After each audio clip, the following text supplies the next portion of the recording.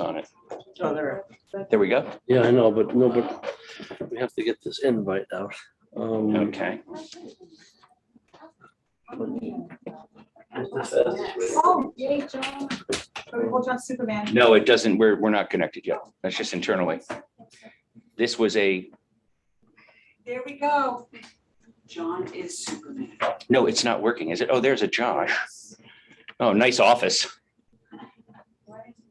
John needs to get his. It looks like something I would have designed in, I don't know. Hi, Tinka. Excuse me.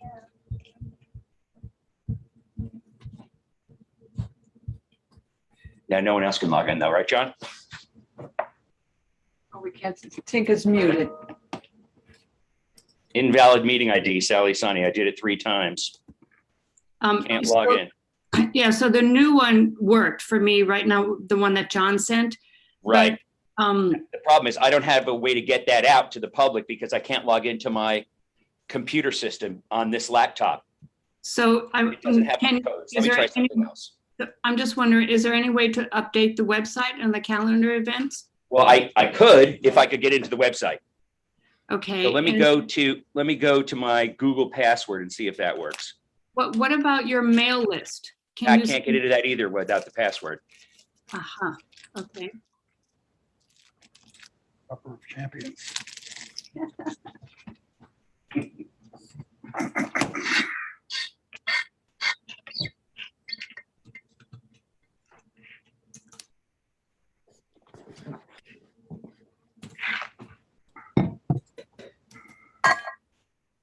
Might be able to save it.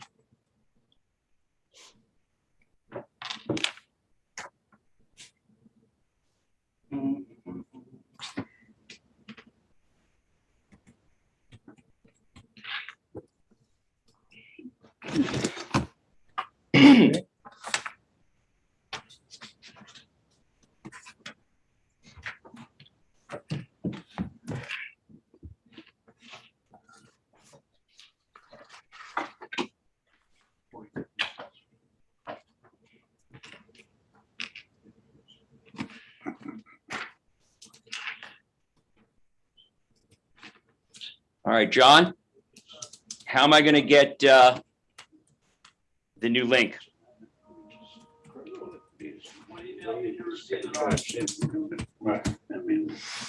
I needed to send to the regular email, my Tuxedo account.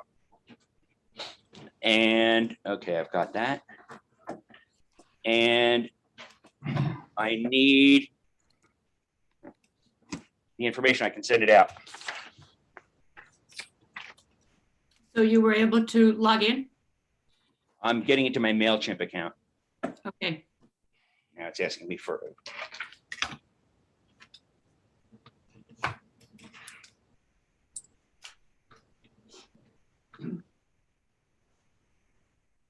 Come on now.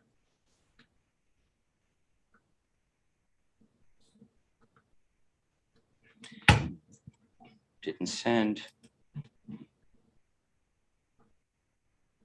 Oh, I'm not. We don't have anything in here, right? It's on airplane mode. That would explain that.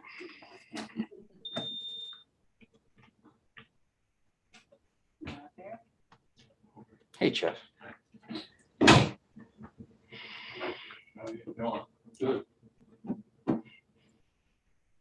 Tuxedo Park guest. I think it's just Tuxedo Park. Not sure. Were you able to get on the Tuxedo Park? Tuxedo Park secure. Password. Yes, is the one I like them. What? oh, seems like some people are getting in. What's the password? How come people are getting in and others aren't? No, it's not. I'm sorry, it's Denise and Joanne who. I sent those people the new invite. Oh, okay. What is the password for Tuxedo Park secure Wi-Fi? Tuxedo Park, lower cases. Oh, guest or secure? Secure. Oh, What's better, guest? Guest, Okay. just Tuxedo Park, no space, Mm-hmm. no caps.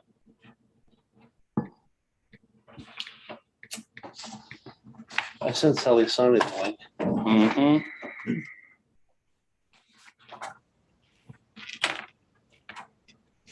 Incorrect password. Tuxedo Park without an O. Okay. Let's try it with an O. Got it. Here comes my password. Oh, come on, baby. Come on, here it is. Verification factor.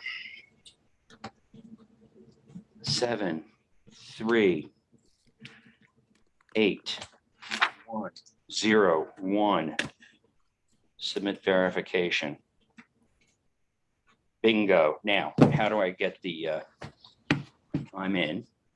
I need to send out an email now, and I need to send the new link, correct? Yes. Okay. And what is that new link? It says it, John, agenda new, here it is. Okay, Send it to your mayor's email address and your got it. business email. Come on now. Let's go, baby. Let's go.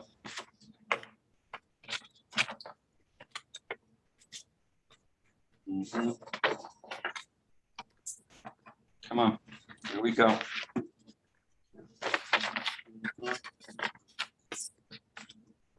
Mhm.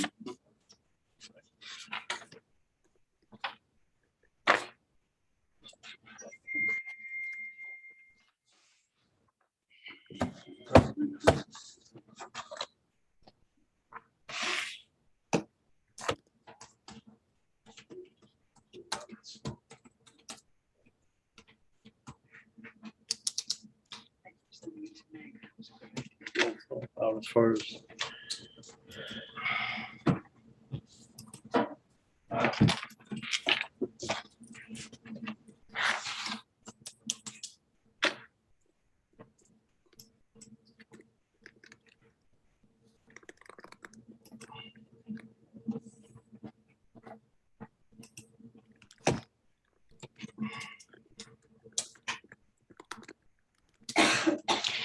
We're still going to make it by 7 because it's going to be fairly quick, the public hearings. anybody recognize Andy Krantz, K-R-A-N? Yeah, I sent him the link already. Okay, she knows who it is. Okay. It only has Chicago and New York. I will delete that for the confusion issue. Dun, dun. Boom.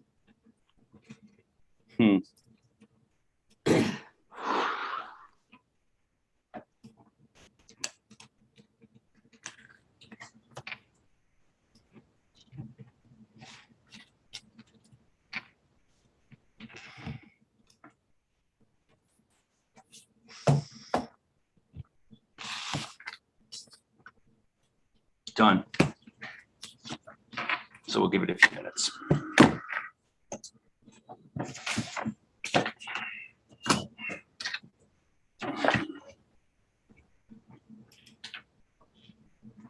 I give up. I'm really mad, Sally. Want to email, tell her, check her email? I sent her the new link. Oh, 10 minutes ago. Oh, shoot, sorry. Hey, Mac, your Hi. email just came through. So Great. everyone should be getting it now. Thank you, sir. You're welcome.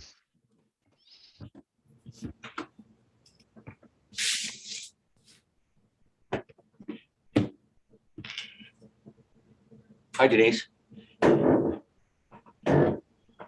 You can turn on your mic. Oh, no, you're not allowed to. Sorry. Oh, sorry. Heard you. John, have you turned everyone's mic off?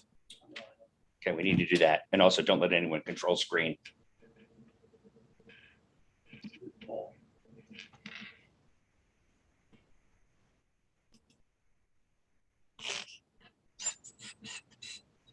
Yep, everybody Everybody's muted. Okay, thank you. And screen control? When I set up the invite, there's no sharing. When I sent it up, there's no sharing of the. Excellent.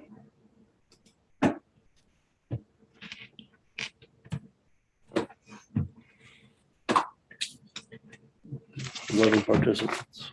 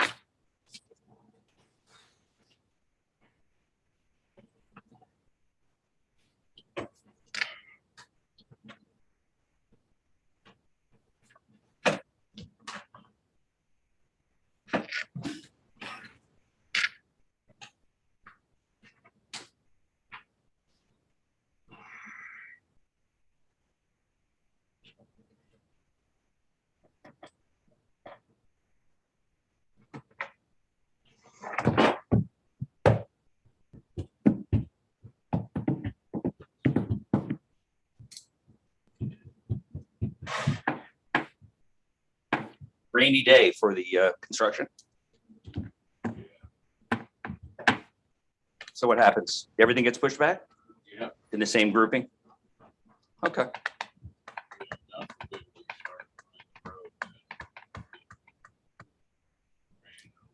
What's scheduled for tomorrow? 2 to 5 inches of rain. Oh. Yeah, big, Nor'easter? big thing coming. Prepare for the Let blackouts. me check my trusty weather app. Yes, which one? Dark skies? Yeah. All right.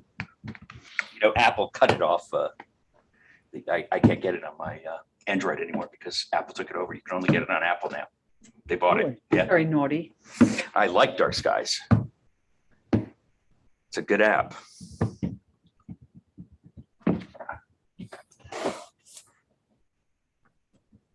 All right, so I don't know if anybody's gotten it. Well, we've got, God, I feel awful. There's, oh, hi, Mark. How are you? Mark Mayor, disappeared. Mayor, there's a bunch of people dialed in. Oh, good. So they're in the waiting room. Okay. I don't know. John, I don't, we got a bunch of people dialed in the waiting room. If you want to let them up, we'll start the meeting. Hi, Jim. How are you? Excellent. So as soon as you get them in the waiting room, from the waiting room, John, we'll start.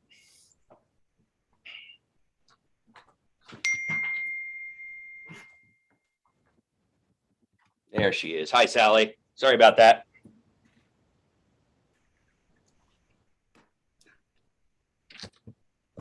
Mark Brendan was in. Okay, good. We're all muted. Everyone's in? We got 20 participants. Looks like we Okay. got 20 people on the screen. Okay. And the fact that they don't have their images on, that's a coincidence? They don't have their video on, so, Okay. but at least we see their names. Okay, good evening, everyone. Sorry for the delay. We had a technical difficulty with Zoom, and I'm going to call to order now the public hearing, the 6:30 public hearing. Let's rise for the pledge. I pledge allegiance to the flag of the United States of America and to the republic for which it stands, one nation, under God, indivisible, with liberty and justice for all. Thank you. Roll call, please. Mayor McFadden, Present. Deputy Mayor Shaw, Present? Trustee Brooke, Yep. Trustee Casker. Here. Trustee Shara. Here. Everybody's here. Okay, terrific. I'm going to open the public hearing on local law 2. Be it resolved that the Board of Trustees open the public hearing to discuss local law 2 to opt out of allowing cannabis dispensaries and on-site cannabis consumption establishments within the village of Tuxedo Park. Do I have a second? Second, Any discussion? All in favor? aye. Okay, the public hearing is open. Does anyone in the room have a comment they'd like to make about this local law, and then I'll go to the people that are on Zoom. Okay, let's open up. Anyone on Zoom, raise your hand if you would like to make a comment on the cannabis law.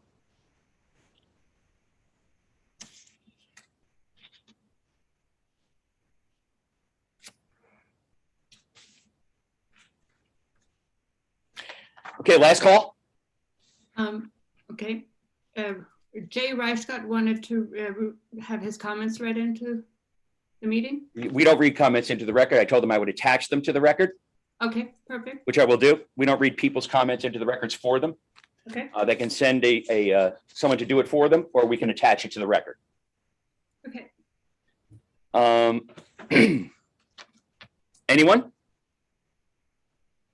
All right, I resolve that the Board of Trustees close the public hearing on local law 2 of 2021, a local law to opt out of allowing cannabis dispensaries and on-site cannabis consumption establishments within the village of Tuxedo Park. May I have a second? Second. All in favor? Aye. Aye. Okay. Thank you very much.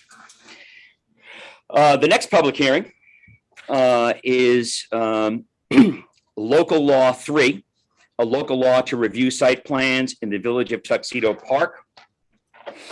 Be it resolved that the Board of Trustees open the public hearing to discuss local law 3 to review site plans in the village of Tuxedo Park. May I have a second? Second. All in favor? Aye. Public Aye. hearing is now open to people in the audience. The public hearing is now open to people online. Raise your hand signal. Joan Hanson would like to speak. Good evening, everybody. Thank you. I sent a letter to the trustees and the chairs of the various boards, and I'll summarize that. I think there are elements of the current planning and bar process that could use modification. However, I think that this proposed law is overly broad. So I do think that it makes sense for commercial applications, which I mentioned in my letter. I'll add educational institution applications and new houses to go to the planning board to be reviewed as part of their process. The way the law is currently drafted, in my interpretation, it would require all applications that have a site plan to go before the planning board, and I think that's cumbersome for folks who are just intending to do a renovation. So I think basically for larger applications, it makes sense. I pointed out in my letter that, you know, if you're concerned about larger renovations, you could include an option if the foundations are being expanded. I'm not even sure that is worth doing in terms of the impact on applicants as they renovate. And I sort of started at the beginning. I'm the chair of the Tuxedo Park Planning Board. I'm speaking only from my own opinion, although I do believe New York State code requires a zoning law to be reviewed by members of the planning board before going into effect. So that's my basic view, is that there are some aspects that would be improved by modifying, but this law is overly broad and doesn't have a mechanism for the planning board to refer matters to the bar if they think that that's appropriate. So those are my comments. I think another iteration would be valuable. Great. So will you be willing to give this input again, potentially directly to the attorneys? Yeah, I copied Brian on my email this afternoon. I think the only addition that I've made is I said commercial, but I think educational institutions also would be under the atypical land use. And I've consulted with Rick Golden, who unfortunately isn't feeling well. So he gave me some quick comments, but I copied him also on my email this afternoon. Terrific. That'd be very helpful. Okay, thank you, Joanne. Anyone else? Jacob Matthews. Jacob Matthews.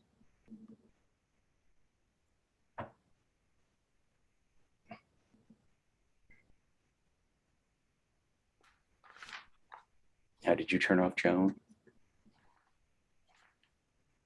Can you hear me? Yes, we can, Jacob. How are you? Hi, thank you. I don't know if this is germane to the discussion. If it's not, just cut me off and mute me. But we have seen recent plans come in front of the bar that involve moving of driveways or parking pads. And it's my view that that potentially is something, I don't know for certain, but that potentially is something that should come under site plan review for safety matters and other such considerations. So that's my comment. Thank you. And are you pleased with the Route 17 paving? I haven't been down in a couple of days. I'll report back to you, Mayor, in about a week. Okay. Thanks for your efforts around that.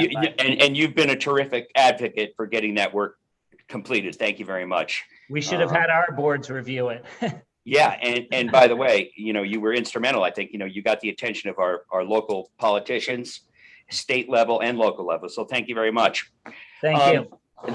The quick background on this proposed local law change, Jacob, is that there was a site plan presented by the club, and it involved cut and fill, road cuts, storm drainage, etc.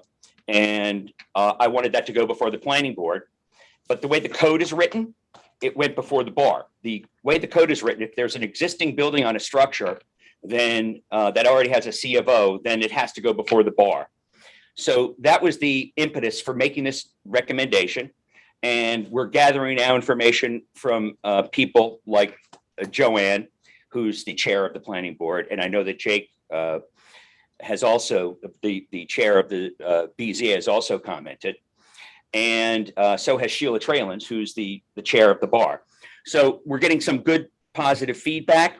And based on comments tonight, it's likely that I'll recommend to the board that we keep the hearing open to give us all more time to comment and potentially make a new draft. And so we'll see how it goes momentarily. Thank you, Jacob. Is there anyone else that would like to comment on the local law?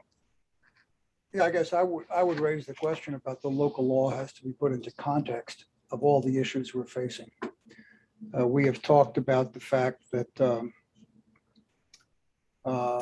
there are issues that come before the boards that appropriately or should be decided by the building inspector. John can do it. There are issues where if we're going to be resident friendly, we look at hurdles where it has to go before the board, and there is reallocation of powers. This is one example, but there are a couple of places it happened. I would hope that that in this review period, we come up with a framework where we want it done, that all of the pieces are put into a coherent framework, and hopefully we could present that framework next time. I'm sure there'll be comment on that. But I'd like to have it in that broader context. It's not relegated to the club extending the parking lot issue particularly. There are issues there that can be addressed. But at the core, we need to have a situation here where residents can embark on improvements to property, where the boards are not overwhelmed, and where discretion is given to John in many of these issues, because they don't have to go before a board. I don't understand with the amount of development in this community why the Board of Architectural Review has to meet twice a month. There's just not that much going on, and there's things that they're considering which probably shouldn't be considered, such as a review of minor things. So I would trust when we look at this law, we look at it in the context of the broader issues, which has to do with reallocating powers and issues of delegating more power to the building inspector. I'm certainly not opposed to that. I think that actually I support that, and I'd like to include in that a comprehensive review of the design guidelines. They're over 15 years old.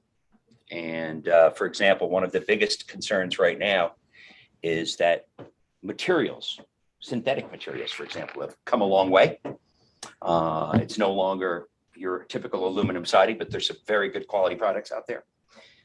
And those products are easier to maintain over time. They might be a little more expensive up front in some cases, but the maintenance of these buildings is much easier to manage. And I think that the bar, and if Sheila's on, she can comment. I think the bar has asked for that kind of input. What can they do in terms, what kind of latitude can they have on materials? Yeah, I would hope the law is rewritten in such a way that there is discretion handed to the people day to day, so you don't have to rewrite the law to change a material, Mhm. right? What you want to do is empower the trustees and the local boards to have discretion over materials and other issues like that. Mhm. So what I'd like to see is a law that's rewritten to convey more power to the people running the village. And we don't have to go before public hearings and change laws every time we want to make a small change. To put that in context, the boards were split in 2006 from a combined planning board to a bar and a planning board. The building department was created in 2006 and the design guidelines were written in 2008. Since that time, there have been zero changes to any code, the design guidelines, or the building department. So it's time. I agree with you. It's time to update it. All right, Sheila, do you care to make any comments? Raise your hand symbol if you'd like to. Okay. Is she interested in speaking? Hand is raised. Her hand is raised.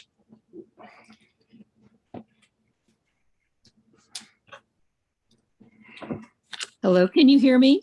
Yes, Sheila, how are you? I'm very well. Good evening. Good evening. First of all, I'd like to say that I agree with Joanne Hansen's comments, and I'm glad that you're considering giving more time to this. While the bar was not philosophically opposed to sharing some of the authority for some of the actions that come before it, we do appreciate that at certain times site decisions intersect technical and aesthetic. For instance, if you were to put two building, you could, were capable of putting a new structure in two sites on a piece of property, there might be an aesthetic or historic or other reason why you might choose one or the other. And the last thing we all want is to cause our applicants to have to attend more meetings and for applications to bounce back and forth. As far as the trustees' comments, I appreciate John's input and help, and I wouldn't want to put him in awkward positions. We have to be careful. We have to be specific in the things that we would like him to take jurisdiction over. But I agree the guidelines could allow for changes in materials as well as certain other small projects to be done without requiring bar approval when they come up. We just have to be a little clearer with some discretion in the guidelines to allow for this.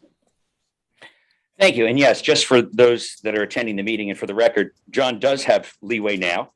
And I think what Trustee Brooke is discussing is giving him more authority, potentially up to a certain amount of dollar amount spent, but I won't put words in his mouth. John does approve a lot of things and has done so successfully for quite some time. Anyone else? I have a couple comments.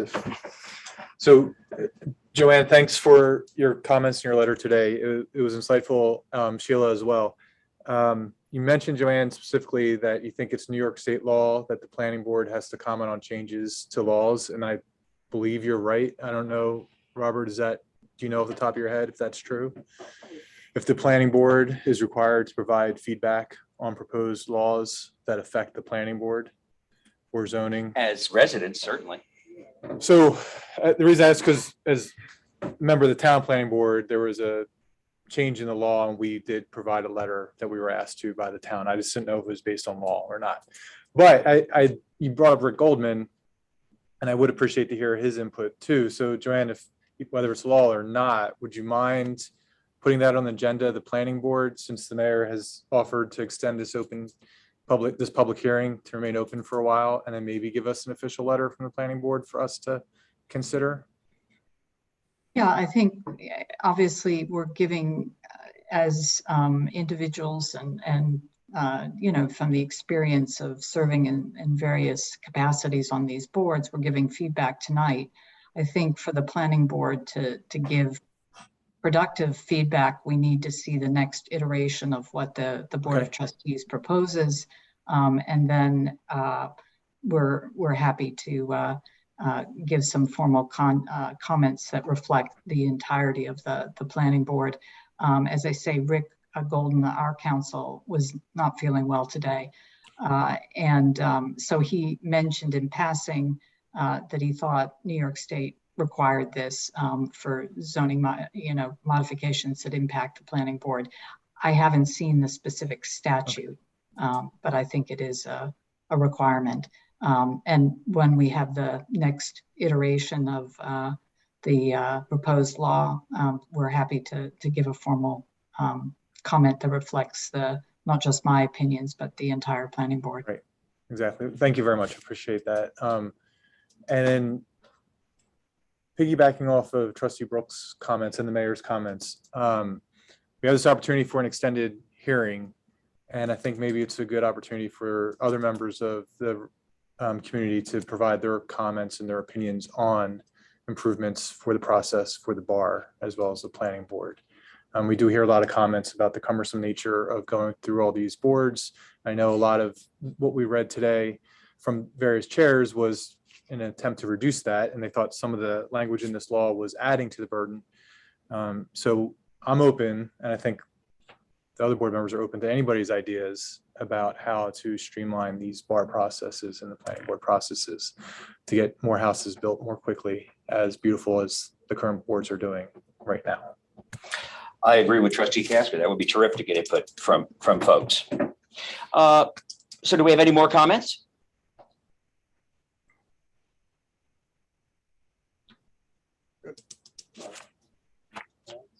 Andy, hold on. Hi, can you guys hear me? Yes. Perfect. I just wanted to speak to the comment you made about potentially up to $1 amount being the threshold for what would be in John's discretion versus requiring additional approvals through the board processes. I just would, to the earlier point around not wanting to change these laws constantly, and given we're in an inflationary environment, I would think we would want to be maybe think about choosing a different metric, as well as the fact that, obviously people could build at $500 a foot, or they could build at, $125 a foot. So what you're achieving within that dollar threshold might be radically different. So as you think about, I think just in general, as someone who's been coming out here for 5 or 6 years now in the summers and purchased a house over the last about a year ago, as we've encouraged more and more folks to come to Tuxedo Park and enjoy it and think about buying a home here, this typically is a major area of concern, is the fact that, isn't it going to be incredibly difficult for us to build a house, or for us to go through any sort of renovation process? Is it going to take years? So I think that regardless of, I definitely think a broader review would be great. I think regardless of that, and thinking through, if this on page 2, the struck language in section B around even not, allowing the building inspector to permit things that have had a C of O in the last 5 years, I would have major reluctance about purchasing a home as somebody new to the community as a result of that. And so I would think that possibly a different metric or that rather than that spells out in more specifics what you can and can't do without board approval would be useful. Thank you very much. Excellent. Anyone else? All right, so I move to close the public hearing. Excuse me, to extend the public hearing, thank you, on local law 3 to review site plans in the village of Tuxedo Park to 6:40 November 17th. That's our next scheduled regular meeting. May I have a second? Second. All in favor? Aye. Aye. Thank you, everyone. That was an excellent session. Thank you very much. Okay, our third public hearing is on a local law to revise dock and boat size on the Weewa Lake, Tuxedo Lake, and Pond 3 in the village of Tuxedo Park. And we're not prepared to move forward with that at this point in time because the law hasn't been completed. So I'm going to reschedule the hearing for 6:50 November 17th. Be it resolved that the Board of Trustees reschedule the public hearing for local law 4, a local law to revise dock and boat sizes on Weewa Lake, Pond 3, and Tuxedo Lake in the village of Tuxedo Park to 6:50 November 17th. May I have a second? Second. Sir. So to smooth things into the next meeting, if you want, the board can open up this public hearing and then just. And adjourn extend it. You prefer that? Keep it open that way. Okay, let's do that. The notice process. So, okay, thank you very much. Be it resolved that the Board of Trustees open the public hearing on local law number 4 of 2021, a local law to revise dock and boat size on the Weewa Lake, Pond 3, and Tuxedo Lake in the village of Tuxedo Park. May I have a second? Second. All in favor? Aye. It's now open. Aye. It's now open. Any comments? Okay. Be it resolved that the Board of Trustees keep this hearing open and reschedule it for 6:50 on November 17th for local law 4 of 2021, a local law to revise dock and boat sizes on Weewa Lake, Pond 3, and Tuxedo Lake in the village of Tuxedo Park. May I have a second? Second. All in favor? Aye. Aye. Thank you. Be it resolved that the Board of Trustees close the public hearings and adjourn this meeting. May I have a second? All in favor? Aye. Okay, Aye. thank you. I'd like to call the regular meeting to order. It is 7:15. May I have a second? Second. It's called to order. Please rise for the pledge. I pledge allegiance to the flag of the United States of America and to the republic for which it stands, one nation, under God, indivisible, with liberty and justice for all. Thank you. Roll call, please. Mayor McFadden, Present. Deputy Mayor Shaw, Present. Trustee Brooke, Yep. Trustee Casker, Present. Trustee Shara, Here. everybody is here. Thank you. Okay, so I just want to say it's good to be back from my vacation. It was very, very nice. Robin played well in her tennis matches, and then we had a chance to take a few days off in Arizona and Utah and visit some of our national parks. It was a real pleasure. We live in a beautiful country. Okay, so let's start with reports and minutes. Jeff, would you like to give us a report on what you've been doing lately since the last meeting? We've repaired a few leaks, water leaks, one on Stable Road, and then replaced the leaking valve on East Lake Road, along with also having an insertion valve installed on East Lake Road. We've been getting ready for paving. Shasta Lou. We spent a couple days patching it to level it off before it gets paved. And we're supposed to start grinding Summit Road and a couple other roads today, but because of the storm coming, we had to push it back. So as soon as I know definitely when we're going to be doing it, I'll put notice, put signs on the boards, and we've also been working at the police booth, doing trim work, installing the new door for the booth, installing bulletproof glass, things like that. Bollards. The bollards, yeah, which aren't permanent yet, but as Mhm. soon as time allows, we will. Also, you've been working on the triangle up on Mountain Farm Road. On Yeah. not Mountain Farm, we cut some rhododendrons and stuff off of the triangle at the bottom of Turtle Mountain, and we did the one across the street from it, which bordered it with stone. Mm-hmm. We just have to pave where we cut the asphalt out to install the stonework. So, Mm-hmm. Mm-hmm. And are you prepared for the storm? you know, this time of year, I had the guys out all day clearing drains, but with the amount of leaves that are on the ground, I'm sure it's going to be a mess, but we'll do what we can. Hopefully we don't get as much rain as they're saying. Okay. John, do you have any other comments you want to add to that? No. Okay. Does anyone have any questions for Jeff? Thank you, Jeff. Okay, John, would you like to discuss your construction report?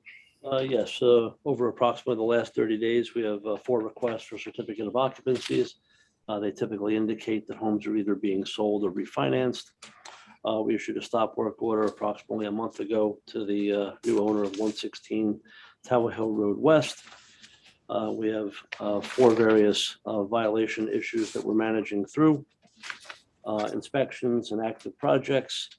The Rifkin House at 97 Westlake Road, house was demolished and everything's been removed without any issues. Currently, they're excavating for the footings for the new home.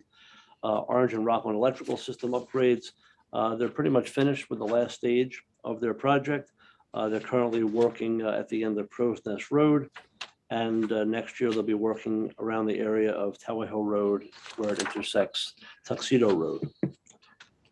We've had some we've had some renovations involving a chimney and a new cedar roof on Camp Comfort Road. And the house at 2 Ridge Road has been completed. They finished complying with a violation issue, and they also finished their driveway within the last month. A couple other projects that are up and coming, 55 and 57 Clubhouse Road went before the Board of Zoning Appeals and received a number of variances that will allow them to do some renovations to their homes at 55 and 57 Clubhouse Road.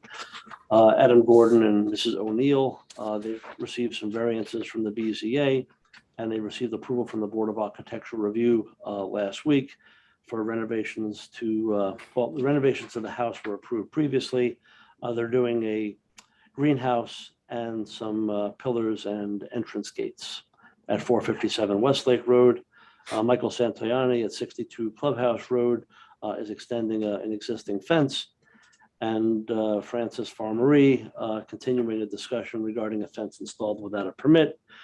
And they have to come back to the BAR and possibly the BZA if they wish to continue with what they proposed the other night. Other projects, we auctioned off the DPW snow blower. The auction ended last Tuesday.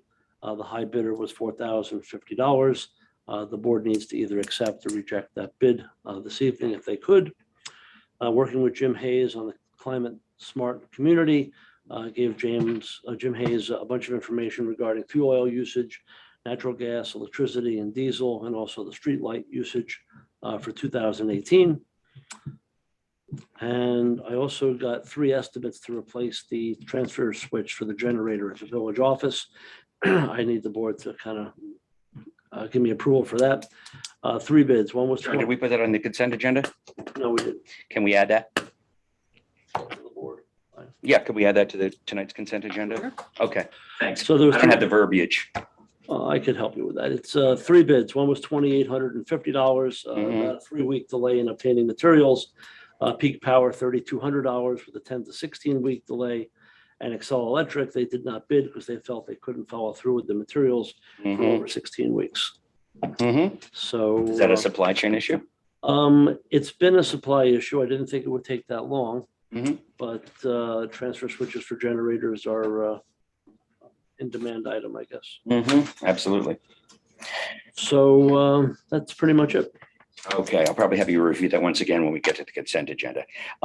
Jim, before you start, can you do me a favor, Elizabeth, and put in front of me Paula's cellular communications report, Denise's Weewa Park report, Pamela Breeman's welcome report, and the chief's police reform report. And Jim has 2 reports to make and a miscellaneous comment. Thank you. Call for the Lake Committee. The summer season has ended and the SEEPS sampling program, which involves taking samples from all 3 lakes every 2 weeks from the middle of June through the middle of September. And that's finished. And it was led by Sue Haywood, who did it in an efficient and determined way. The sampling team that did this work consisted of 4 residents of Tuxedo Park, and they were Sue Haywood, Odetta Beje, George Robertson, and Jim Hayes, and 4 volunteers from the town of Tuxedo, 3 members of the Christian Peverly of the Peverly family, Christine Peverly, Rachel Peverly, and Frank Peverly, and also Dale Matola was involved in that. So we had a number of people, half the people were from the town, half the people were from the park. 2 of the people from the park are octogenarians in their early and late 80s. So it's time that we got some younger people from the park to get involved in this program. We need them, and hopefully they will come forward. Those interested in participating in the sampling program next year should contact Sue Haywood. Her telephone number is 845-351-3473. Over the winter, I will take a look at past CSLAP data and prepare a short report on what the results indicate about the health of our lakes and why the program should or should not be continued.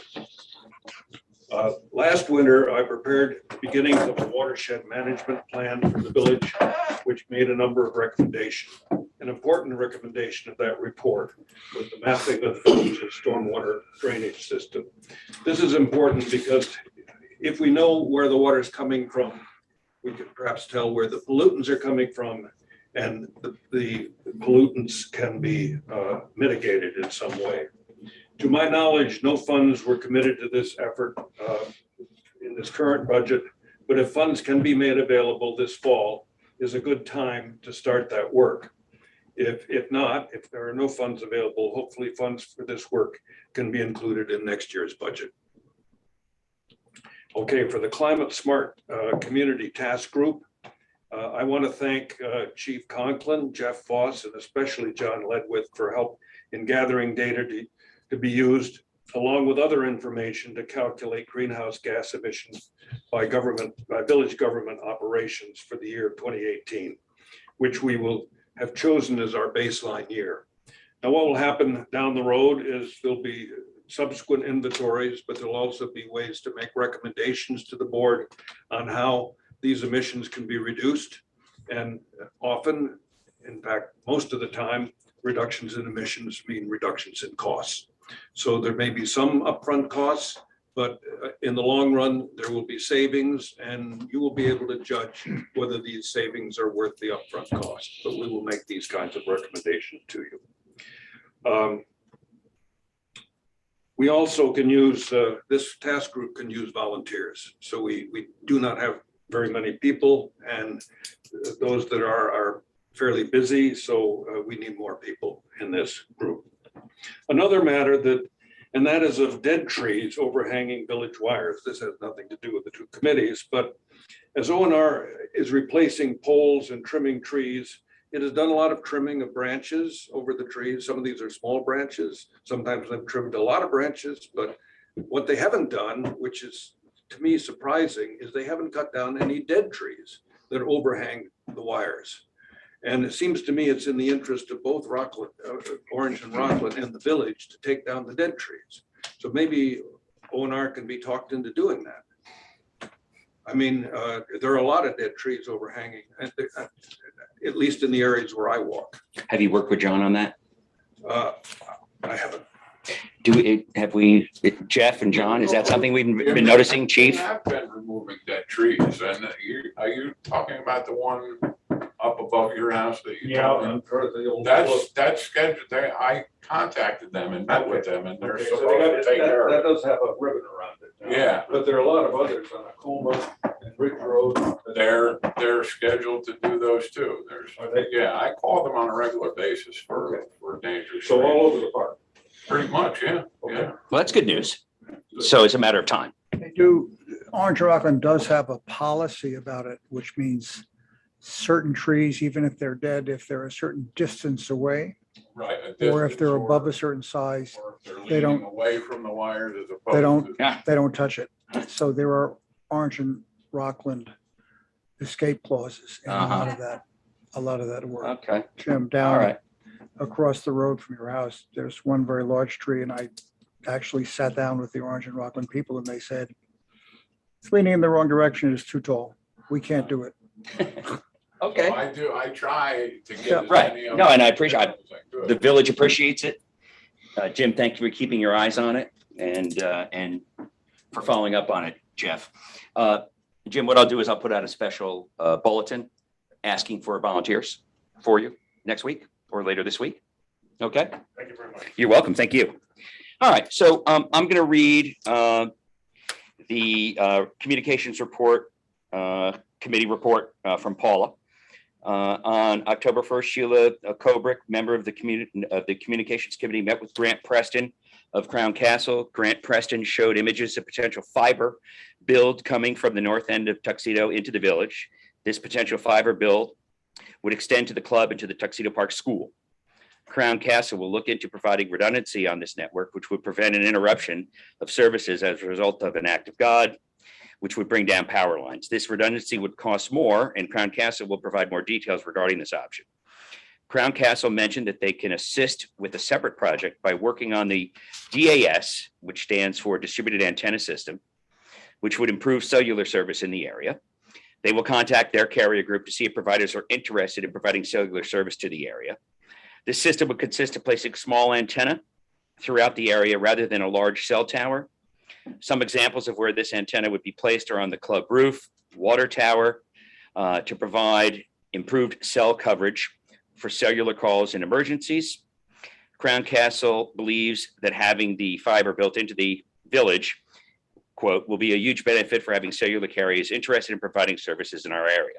Another meeting with Crown Castle is scheduled for early October. That's from Paula.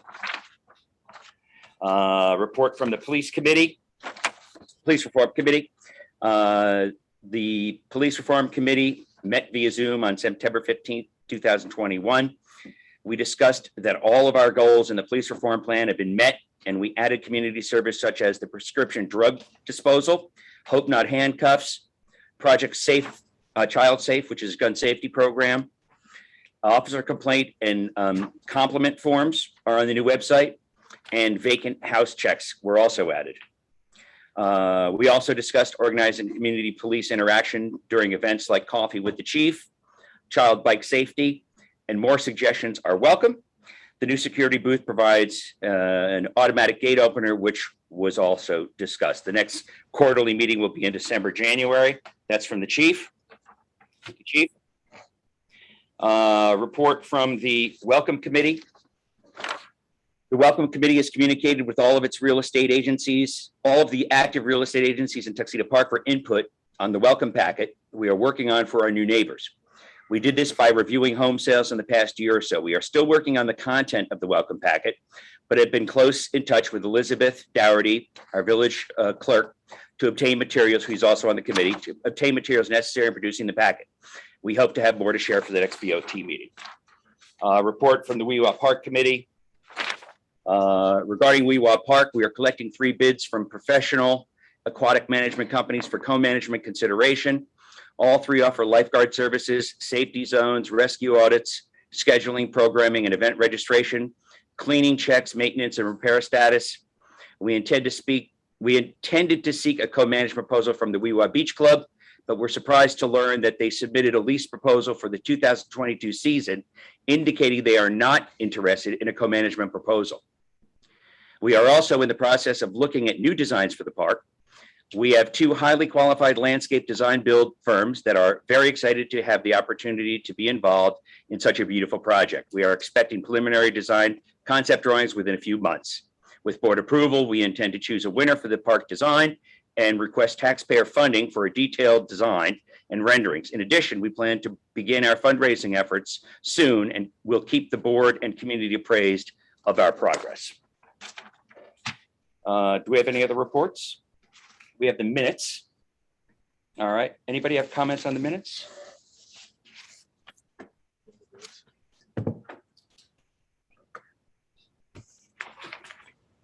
Okay. Then let's move forward with the consent agenda. There are 2 items on the reports and minutes about distribution plans. Oh, right. Sorry about that. Do you have a plan? I do. Okay, great. So this is in regards to the license plate reader. The chief and I talked earlier this week. I see, Chief, some of the concerns I addressed have been updated in your plan. If everything works the way I think the board expects it to, my plan would be that charges were only, and I've said this before, I don't think residents should have to pay a fee to come home. Non-residents who are employees of Tuxedo Park organizations, meaning the school, the club, the Weewa Beach Club, I don't think the Weewa Fish Club has any employees, and or customers or members of those clubs would pay basically a $60 fee per year. However, because the technology would allow us to limit access between certain times a year, we're basically paying $15 per quarter. So if you're a Tuxedo Park parent, you only pay from September till June, and you're paying $45. If you're a member of the Weewa Beach Club and you're not a resident, you're paying $15 because you're only paying for the summer. Weewa Beach Club would be annual. Tuxedo Club would be annual unless you're a summer member due to a rental. I don't know if I left anybody out, but we can always talk through that. That would produce revenue close to $30,000 if my math is right, but there's no guarantee that that is. Now, that also means that no contractors pay, just like they don't now, and no residents would have to pay for access to their homes. Some of my concerns, though, are that as of right now, the system does not discriminate amongst times or locations. So once you give somebody access to the main gate, like a contractor, they can come in the south gate. And if the Weewa Beach Club is only open from noon to 6, they'd be able to come in whenever they want. Yes, Chief. I don't know if you saw. I did see that that was a change, that they had that Change. She said, planned. In her email, she said, by the time we go live, that update will be So you'll be able to segregate by times. by times and by location of which gate. Okay, that's huge. And then the other thing, I think you mentioned in your plan, but the fact that the camera has to be 20 to 30 feet behind the car. So now we have to extend the area in front of the booth to install a camera, possibly lighting, we're not sure yet. And my question is, what happens when the camera gets taken out? By a snowplow, by a car, and we don't have stickers anymore? Is that the best solution for accessing the gate? The actual camera is going to be on a pole that's going to be in the median that has been designed so that a car can't take it out. Okay. Like it'd be a curve with a median. But And wasn't bollards. and bollers? Okay. Okay. So But if That's the pretty camera, no, expensive to cover a camera. if the camera goes down, we always have the manual override. So people will come in, and until it's repaired, the police would do the best job they could, letting the appropriate people in the park like they do now. We don't have stickers. Like now they have stickers. Right. Yeah, we're Right. planning on getting rid of the stickers over a period of time. Yeah. And then the overarching thing, again, there are a lot of things I like about this. I like being able, Chief, for you to have the data to know how many parents are coming in for TPS because they'd be registered that way. How many people are going to the club? How many people are going in the main gate, coming through the south gate? And being able to track that, how many people are going to the Weewah Beach Club, if they're only beach club members. I think that's great, valuable information for you. But what's the benefit to the resident? Because right now, when I pull up to the gate, it opens and I go home. And in this system, when I pull up to the gate, it's going to open, I'm going to go home. So what's the benefit for the taxpayers? And in the mayor's plan for residents to have to pay a fee to come home? Well, would you like me to answer that question? Whoever's can give me Sure. that, Sure. the residents, that answer. Right. Okay. So we want to increase and improve security in the village. And right now, the standard operating procedure is that you state an address and name that you're visiting, and the gate opens. So this new system requires a license plate. So we expect a large increase in security of non-residents coming through, and a less stressful situation on the police officers. But in terms of the residents, it's very obvious what the benefits are. If your license plate's in the system, you go right through. You don't wait. It'd be great if we had a separate lane. We don't, but that's the benefit. Now, you mentioned in terms of the taxpayers. Well, from the very beginning, the system is intended not only to pay for itself, but to build a reserve for a special safety and security fund for the police to administer at the gates. So in addition to that,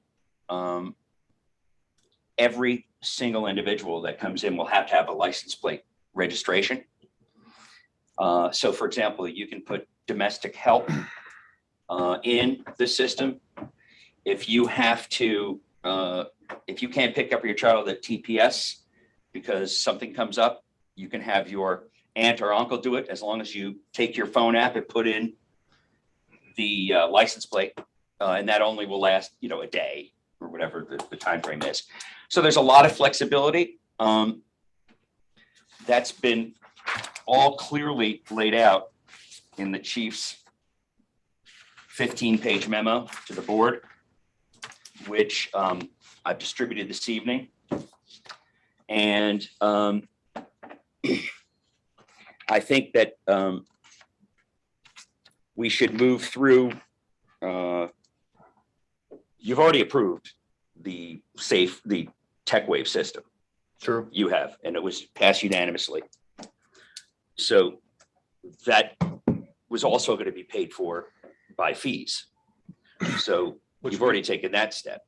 And the next step I'm asking the board to take is that when I was signing the agreements for TechWave after the approval at the last meeting, I discovered that the kiosk that I thought was at the south gate was not. And I used that to explain why it was more expensive at the south gate. So that was an additional $8,000 that would have been added to the 33, which would have brought it close to 40 grand. And at that point, the chief and I said, look, let's see what else is out there. We also weren't really happy with the vendor installation price. So we looked around and we found this company. And I presented to you all a couple of weeks ago before my vacation, the new system, which is a license plate reader. And it's less expensive and more efficient. And we really like the price. So that's why I recommended we switch. And I sent you all of that paperwork. And I think that you have enough information this evening, the trustees do, to approve that safe passage system. And then in terms of establishing rates, who pays and things of that nature, I think the chief makes a very good case here. And what I'd like to do is give the chief the authority to massage this proposal that he's made for us. For example, we're talking about, say, charging the Tuxedo Club members and the Tuxedo School $15 a person or something like that, one-time fee. But also, the chief and I have discussed a lump sum fee for the club and for the school to cover everybody. So there's going to be decisions made in terms of the administrative procedure of this rollout, which I think we should give the chief the discretion of with board approval. But I think that in terms of setting the rates and the administration and the policies, we should move forward. Chief, you can come up with what you think is a proposal. We'll all read this and we'll contact you with questions. I think we should move forward. I know you're very excited about it. People I've talked to are very excited about it, and it will pay for itself. So let me, I've done some reading on it since then. And one of the questions is, this generates a lot of data. And where is that data used? Oh, okay. Okay, so for example, there are communities that have put in these systems. I read an article in, I was in Portland or somewhere. They were basically checking the data, the license plates against crime databases and stuff. Created all sorts of discord within the community. And as I read it, I said, what's the problem we've got, right? My original support came from the fact that I'm all in favor of using technology to diminish manpower, to diminish strain, to diminish all that stuff. So if it makes a police department's job easier, I like that idea. We've talked about developing a voucher system that'll make Elizabeth's job easier. And I'm beginning to do some work on finding that out. So the two questions are, is the data solely for use within the village, or is there a link to a larger database? If linked to a large database, that raises. Can I answer that? Yeah, could I just mention that this was brought up by Mr. Citrin, who's here this evening. I responded by sending that question to the chief. The chief responded, and I shared that with everybody today. But Chief, why don't you just go over your response? Okay. So in 2016, the village purchased 2 license plate readers. They've been in place and operational ever since. There's one at the main gate, one at the south gate. That is connected to a law enforcement database. And when a car comes through the gate, if it's suspended through DMV, it gives the officer an alert and they take police action. If somebody's wanted in a crime, a missing person, stolen license plate, that all alerts the police. Amber alert. Those things alert the police, but that's been in effect since 2016. This new system, those cameras are still going to be in effect. The new system, the only database is an internal server that reads license plates, and it checks the system to say, this license plate is in the system, the gate's going to open. And it records it. It does not go out to any other law enforcement database. But the concern, like the Seattle article that I read as well, that's been in the village since 2016. Yeah, well, that's news to me, but I'm not surprised because who knows what's there. So from that perspective, policy is one in which a policy which says, to the extent we can de-skill the operations, that will ultimately reduce manpower. That's ultimately budget credible.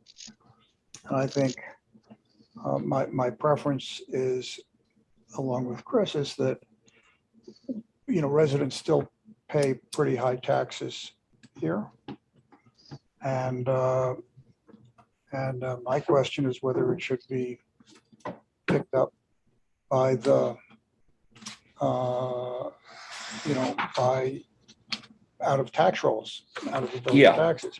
The, I'll give, just parenthetically, we went through the Weewah Lake issue, right? Yeah. And I thought about it, and we've got a situation, and I just sort of throw it open, that, we have a Weewah Beach Club that sets hours for swimming, and we're talking about setting these hours. We've also passed a rule that for village residents who pay taxes, they will have access to that site. And,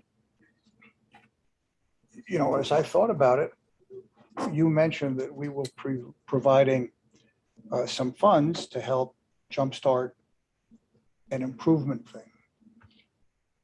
My intuition says I'm all in favor of improving the Weewah Beach Club. I think it's a community service. And to the extent that we provided a grant to the Weewah Beach Club of, I don't know, $20,000, $25,000 to repair stuff, and they would arrange how it's done, that fee covers membership of all the residents of the park in the beach club. Right? So we're actually paying something, getting something, and I think that'll reduce the barriers to utilization of members to do it. So I'm thinking through the whole issue about how we, if we're going to pay for improvements to the beach club and we're paying out of tax revenues, it should actually have something that provides a legitimate basis for all village residents to de facto be members of the Weewah Beach Club. And it's simple. The only, and that's a budget that the Weewah Beach Club has. It's richer than it would have had in the past. I don't know what the numbers are, but I'm sure we can make some judgments there. So I open it up to questions. So are we talking about the security system or the Weewah Beach Club right now? I migrated to the Weewah Beach Club. On the security system, it sounds to me that license plate reader has already been in effect. It sounds as if it works. It sounds as if it'll take down the burden on police officers if necessary. Well, it makes their job more efficient. It gives them more time to screen non-residents. Yeah, although without 2 lanes, it's hard to say. So Mayor, can I make a couple of comments? Please. So I think this system, for all the reasons that trustee, both trustees mentioned, I think it makes a ton of sense from a security perspective. The reality is right now, we really have no idea who's coming into the park other than people that have tags. Right. Because to your point, you can give a name and an address, and sometimes I'm guessing you can give less than that. And you get waved through. So we don't really know who's coming through the park or what they're doing in the park. And Chris, I think you provided a great example. Someone going in the main gate, going out the south gate, or vice versa. We will have all of that data. How we use it's, I think, a different question. But hopefully it helps us as trustees to make smarter decisions, and for the police chief to make smarter decisions. Obviously, efficiency is huge. I think, Paul, I agree with you. To the extent you can create efficiency, the system ultimately should pay for itself, right, over time. And I'm open to different perspectives, but I wonder if we actually need, and I think this was a common thing from both Paul and Chris, is I wonder if we actually need to charge taxpayers. And it's a question. I'm open to the discussion. Yeah, I think, I thank you very much. I think that is the question at hand. To me, it's not a big one. The use of this system increases the security for residents. because it allows the police to focus on non-residents. The gate opens automatically. Other conveniences for the residents, the taxpayers, for example, everyone gets an app on their phone. And if they don't have used computers, that's okay. The police will assist them. But for example, a resident has a guest coming or has a party. They can enter themselves the license plates of those individuals. And those individuals will not have to check in at the gate. And when they do go through the gate, the resident has the option to receive a text that their guest has arrived and is on the way up.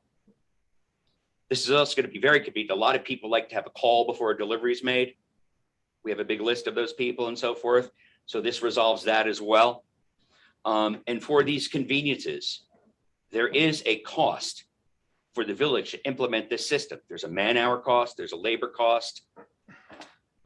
There's an annual fee of $6,000 to run the database and so forth. So in talking to people I've talked to, they're more than happy to pay a $20 or $15 for the third and fourth and fifth car fee for processing. One-time fee forever until you're no longer a property owner. It's not an annual fee. It's only a one-time fee. So for example, my family would pay 2 cars, $29.95 per car, 2 cars, one time forever for processing to offset the labor cost and the expense of the system. And then after that, third car would be $15.95. Then it goes on. Relatives can pay. Yeah, but I've read it. Let me just finish for the public. Relatives can now get a tag. And instead of paying, it's a one-time fee. Members, employees, guests, everyone but contractors, and domestics and so forth. None of those people pay. Now, I'm more than happy to put this out to the public and ask them if they're willing to pay a one-time processing fee. And we can use that as feedback. I could send out a survey and see if people would appreciate that or not. Now, if they don't, we'll adjust. I think the point is all of us can sit here and speculate. Anecdotally, people have told me it's no problem, but yeah, then again, it might be. So what I'd like to do tonight is just approve safe passage and move forward. And then in terms of admin for this, like you mentioned, Josh, we can kick it around and, we have time to do so. I had hoped to have proposals in place prior to this meeting, but they did not happen. And that's why we're sitting here now at the last minute debating this. I had hoped we would have had this information before us a week or so ago, and then we could have discussed it before tonight's meeting. That did not happen. So, I think that's really the way we should go. I'm fine with that. I have a comment. Yeah. In the proposal from the chief, what I liked about it, that whatever they're called, the Safe Serve, they charge by household, not by number of cars. I personally think it shouldn't matter. We have a fair amount of cars, but we're one household. I don't think we should be penalized. We're just one household that happen to have a lot of cars. So I think that if you're going to do any sort of resident pricing, it should be by household. And then if you need to charge the people who are not taxpayers, then it should be by car. I think that's an interesting idea personally. And again, I think we should just do a survey. Personally, this is the way we do the sewer. It doesn't matter how many bathrooms you have, how much water intake you have. You pay the same charge for sewer as So for example, you have the club paying the same charge as someone down the road that's, never here, it never uses water. So to me, it's only fair and equitable that if you have more cars, you pay more of the processing fee. But again, we can go out to the public. We have plenty of time to do it. Yeah, look, I'm convinced, I'm supportive of it. My only comment is tinkering with it so it works. So Right. you can easily put a situation in which, for each family, there, two cars granted above that, or 3 cars granted above that, there's a fee. Club, okay. it's an That works ideal too. situation with the club where it just simplifies it administratively. If you're a member of the club, it's one of the things that if you want to use it, you have to, so I would say we support it as you suggest, and I would simply say, let's just tinker with the mechanics. If you want to send out a questionnaire, send it out. But in principle, having been chair of the board of New York City Co-op, when construction is done, there are elevator fees and there are fees for people who are doing the work because they're wearing down the facility. So we might disagree about that, but I think, I think what we should do is run the numbers, have a proposal, but in principle, we're agreed with that. And why don't we keep going? Yeah, I agree with you 100%. Right. Still some questions. Yeah. So you had mentioned that everybody's going to be in the database that comes in here. How are you going to enforce that? So my plumber comes up to do his annual service. He's not in the database. What are you going to make him fill out a form then? No, so what we're going to do is, and this is where this becomes more of a benefit to the resident as well. Right now, when that happens, the line of traffic lines up while we're vetting this person. What we're going to do is tell that person to go park over where the police cars currently park. We're going to be moving the police cars away from there, park people there. The officer can now come out of the booth, go to the car, properly vet that person with a tablet, enter in the information to give them a temporary pass. Meanwhile, when residents come up, the gate's still going to open and close if they're in the system. Right. So it makes for efficiency. Okay. And Chief, you support the residents having the power to input guests on an app? I don't. As see the mayor why described? I don't see why it's, the good thing is if that becomes an issue, it's a flip of a switch and we can turn that function off. I think it's something that we should try. Yeah, I think, we could talk about it later, but in principle, if I got a bunch of people coming to dinner, right, I don't want to say, give me your license plate to let you in, right? I mean, that's just, what you say is, I got 10 people coming in for dinner and, Great. So bottom line is, I've talked to an HOA as well, the same person you talked to. They disengaged that because it was being abused by their residents. I still have questions of how I've seen this happen before. And the line of people that are going to have to be in process that aren't registered is going to be an enormous burden on you. And unless this is thought all the way through. I'm not 100% convinced that this is right, and I'm adamant unless we have an agreement that residents aren't getting paid, I am not for this system. I don't want to kick this can down the road and say, we'll talk about it later. So I may be the only no vote, but I'm a no vote right now until I know that residents have to pay a fee. And the question is, so I show up to come home and I don't feel like paying a fee. What are you going to do? You're going to not let me come in the gate? No, you just can't come in automatically. If you want to be that guy, be the guy. Yeah. So whatever, don't pay. But and the other thing If is, the village decides to charge a fee and you don't want to do it, you could protest it. I don't know. What do you want me to say? okay, but the other thing to think about is all these systems are on HOAs, probably 100% or a private business, right? They don't have schools and country clubs that can generate revenue. Not true. So why do we It's need not that? true. In fact, the references we called, one has a club inside it. Okay, the one I talked to doesn't. Right. Nothing but residents. I talked to the same woman you did. And Yeah. There's a club. She said we don't have a club. Because I probably have an email that says that too, and then follow-up questions. Because I asked her specifically about the number of extra residents.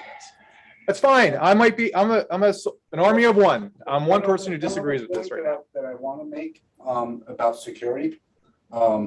One of the biggest issues that we have, and this has been going on for years and never really addressed, is getting tags back when somebody, A, either moves out, B, is no longer an employee of the club or the school. That's one of the biggest issues is there's so many Tuxedo Park TP stickers floating around out there. They're like collector's items. But they expire. They do, except, well, the resident ones don't expire. Residents never expire. We have residents that have moved out. And the last time a resident tag has been updated was 7 years ago.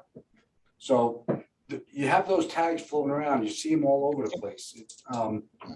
And, you know, it gets confusing after a while. Like we have a whole thing inside the booth of what color, there's like, you know, because every year you do a different color for the non-residents. You know, there's like 8 of them now that we're looking for to see which ones are expired. It just keeps getting more and more. Yeah, let me suggest, we got, you know, I'm perfectly willing to say I'm not trying to kick the can down the road. You know, when I sit down and say, if you're going to take somebody who's not in the system and have them park over there and have a guy come over and do it, that's exactly what turns me against the system, right? The person goes up, gives them their name, gives them where they're going, right? It's photographed, they can go. It's not this huge cumbersome thing, right? And I think that's the way the current system works. I don't want a system that's more cumbersome than what currently exists. Okay, I've never seen 25 cars lined up to come in the morning, but maybe that's because I just haven't been around. Stop down at 8 o'clock tomorrow morning. Yeah, okay. But the answer is, you know, I think we can put in the system as is. We can adjust to it, but what I want it to be is something that's not burdensome for the residents. Right. Okay? Yeah. And if you're taking somebody like a plumber who's got to go sit and wait to put in all their information, I'm never going to ask guests coming to a dinner party for their license plate numbers, ever. Well, can I just comment on that? Okay. Do you, you don't have to do that. If someone says they're going to your house for a dinner party, then, and you decide you don't want to be somebody that would register their car, they'll wait. And another person who puts their guests in will drive right through with the gate lifting up. No, so the answer to that is, if that's the way you're seeing it, I'm changing my vote to a no. Okay. Because that is cumbersome on the police and user unfriendly to residents, right?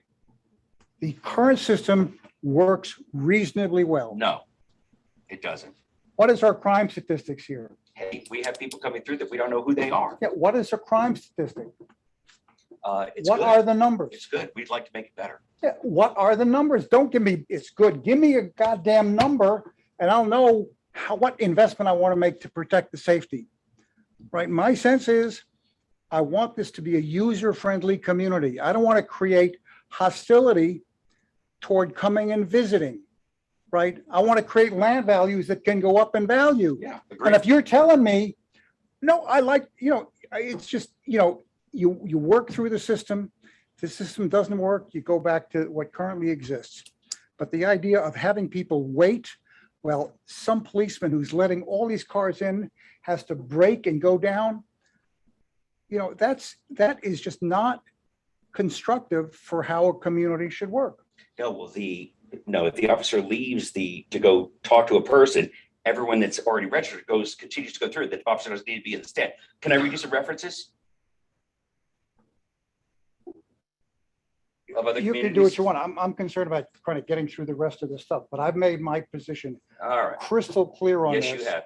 And All right. So there's a community, Ayala Slan. If Mrs. Josh Slan and is Tinker currently. wanna vote for let's, this, Josh then and Tinker, do you want to add in? And you three can vote for it. So If Josh and Tinka want to vote for it, then you should have a vote, and then the three of you No, can overrule but us. hold on, listen, I'm supportive of, like I said, technology. I think Trustee Brooks raised an interesting issue, which is, you know, we have a lot of parties in the park. Sometimes they're large parties. And, you know, I wonder if there's a workaround to this issue of if you're, say, not unheard of having 30, 40 people come to a party in the park. And I understand, Paul, or Trustee Brooke, your reluctance to ask people for their license plate numbers. By the way, a lot of those people may not even know their license plate numbers because they're going to be coming in an Uber, as an example. And I agree with you. This system that we're putting in place should make people's lives easier, not more cumbersome. And so I just wonder, and I don't know that we need to answer the question tonight, but there has to be a better workaround than pulling people off to the side and inputting information via iPad, because your risk, candidly, is you're pulling 15 cars over right around the same time as they're all coming in for the party. Again, I'm supportive of the system. I think we're raising valid issues tonight that need to be addressed. And I think Trustee Brooke raised one that is a very legitimate one, and frankly, potentially somewhat unique to Tuxedo Park. We like to have big parties. So I'm getting some comments here from residents, and I think we can certainly have a hybrid, and I don't see why we couldn't work it out where if you are a resident, you give your licenses, whatever you have for your cars, so that they're all registered. And if you have a party, you just call the gate, or if there's an app, you say, I am having a party this date, I'm expecting 10 to 20 cars. And that, just like if you have gold rackets, or if you're, the other, or weddings, you say, we are having a wedding function today and we are expecting X number of guests. I mean, as long as they know that there is an event and that people are going to the same event, I don't see any reason that you need, I mean, it's what we do now. And Tinka, it's a great point. What you could do is just honestly have a code word for that party, right? Like you said, yeah, that's I'm right. here for Haddon Tomes. I'm here, for the Shaw Halloween party, whatever it is. Right, and if you make it aware, the police is aware that you're having that event, then I don't see a big deal. And I think it's actually kind of creepy to register cars that aren't yours, that are, whatever, guests and all that stuff. But for sure, the residents should have their cars registered, I think, and because you want that automatic gate thing. And if you don't want to register, then you just stop every time you're there. So I think we can find a solution that is a hybrid of what we have now. And I mean, it used to be, I remember when we moved into Tuxedo Park, people would call the front gate always to say, oh, I have a guest so-and-so coming. So, I mean, I just think this is a good hybrid, and I think we can find a solution for both, how much. Yeah, I agree. I'll let the chief speak. I think that, for example, the party thing, that's a very good point. There are people that are going to want to be able to put somebody in that's expecting a delivery and wants them to go through and wants to have a text go to them when that person does enter. But I think there's definitely room for compromise in the registering for a party thing. What do you think, Chief?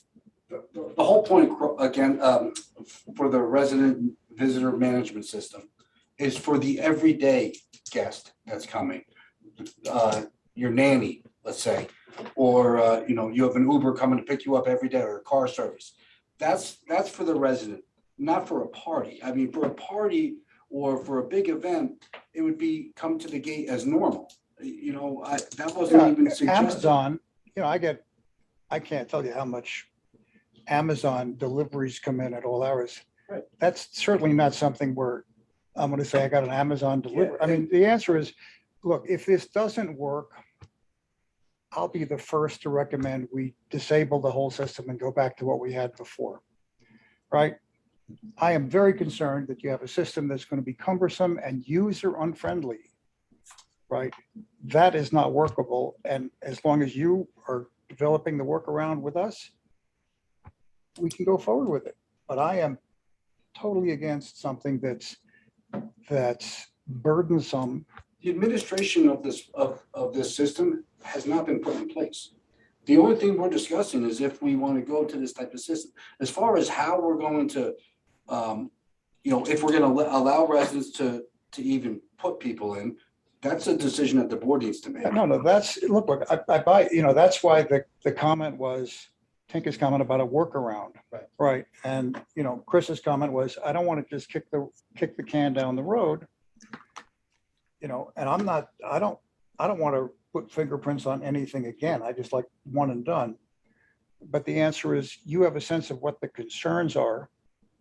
And we have the power, if the concerns are such, you know, to disable the system if it doesn't work well, and you're sensitive to our concerns, and why don't we accept it and move forward? I agree. And I do think that there is a workaround for that. Absolutely. Yeah, it would be silly to have. That's not what that Yeah. is for. Yeah, why don't we keep That's for going? the everyday. Yeah. Why don't we Okay. keep going? All right. Thank you. I appreciate that, everyone. And thank you for your input. Okay. Thank you, Chief, for this memo. Well done. Okay. So now we're on to the consent agenda. Does anyone have, oh, I beg your pardon. We have the public comment section. Thank you. Let's open the public comment section to those that are here with us in person. And then we'll open it up to the people on Zoom.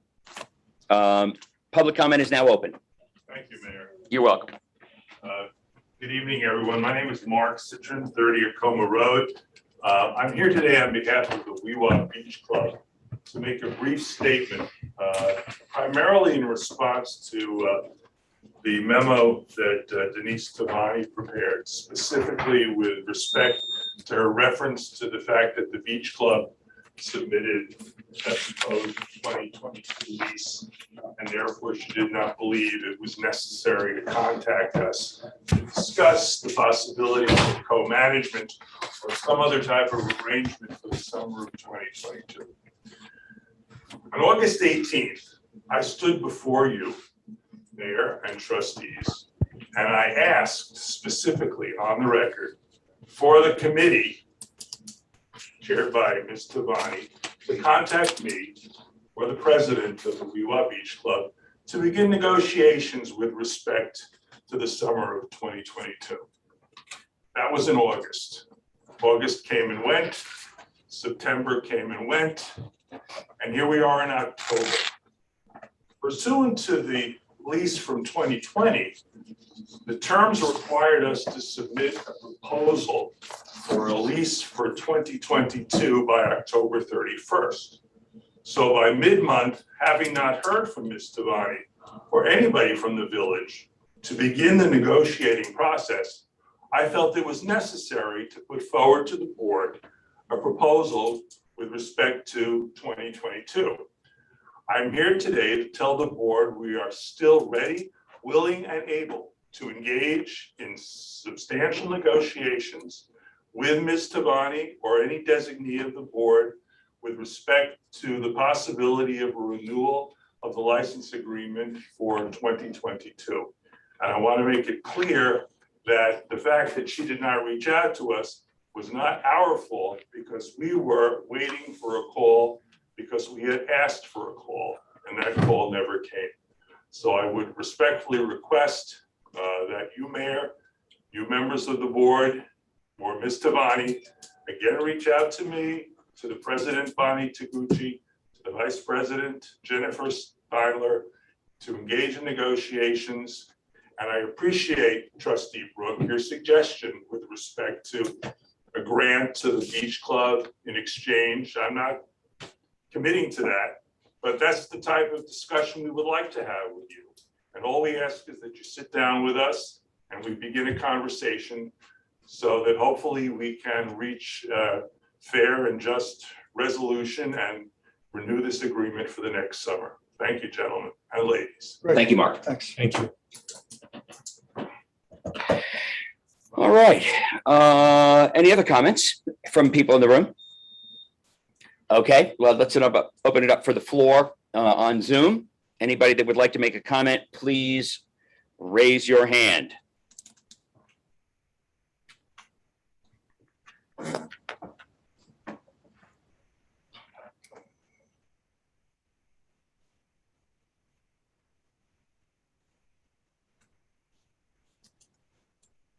Matthews. His mute is off. Jake? Hi. Hi, good evening. Hi. Can you hear me? Yes. Okay. Thanks for the conversation regarding what appears to be the CZ Pass system. I think Trustee Brooke brought up some great points regarding, really what are the crime statistics here? I understand the police force has a very difficult job in vetting everybody who's coming through the gate. And there are, thousands of trips a month. But if you look at private communities in the area, every one of these communities that has a gate is jammed up in the morning because contractors are coming through. So you will see lines at those communities. If you look at something like Smoke Rise or down in Jersey or Mansion Ridge up in Monroe, that's a natural scenario when you have a gated community and you have a quote unquote rush hour. So my point is, in short, is I encourage the trustees to think the system through very carefully. Whether or not you approve it is one step. But secondly, if you do, to very carefully figure out how you're going to set that up so that it doesn't become a burden to both the police force and the residents alike. There's one channel through that main gate, and it's difficult if you're pulling cars to the side. It's a small parking area. So I think it really needs to be thought through very carefully. There's a brand new gate that's been put in. It was gone for several years. And the villages worked through a lot of the kind of hiccups that were there. But to go throwing another system right into the mix right away, I think is putting a lot on the village and the police force. So I haven't seen the chief's memo, so I haven't researched the issue in its entirety. This is sort of coming from the 30,000-foot view to just proceed thoughtfully in this decision-making for this system. So thank you for hearing my comment. Thank you, Jacob. It's online if you go to the homepage and you scroll down to meetings and events and go to this evening's date under the Board of Trustees regular meeting, you'll see that document. Were you able to hear me? Thank you, Mayor. Yes, I did. Okay, terrific. Thank you so much. You're welcome. And I think we're all on the same page, Jacob. All right, so anyone else have a comment? Mayor, may I speak, please? Sure. Yeah, we can hear you. Yeah, we got you. Hi, Mayor. I want to be fully supportive of the mayor. Trustee Brooke, I was the one who set up the APLRs, the automatic license plate readers, back in 2016. And I think if you're not aware of the crime statistics in the village, you should have a private conversation with the police chief and the mayor. There are TROs out there. My house has been burglarized. The mayor's house has historically been burglarized. We want to be in a safe community. Someone with tags from 2 years ago, 3 years ago that don't expire is allowed back into the village. It does not make it safe for anyone. So I just want to express my full support for the mayor here in this automatic gate openers. Thank you. Thank you. Okay, anyone else?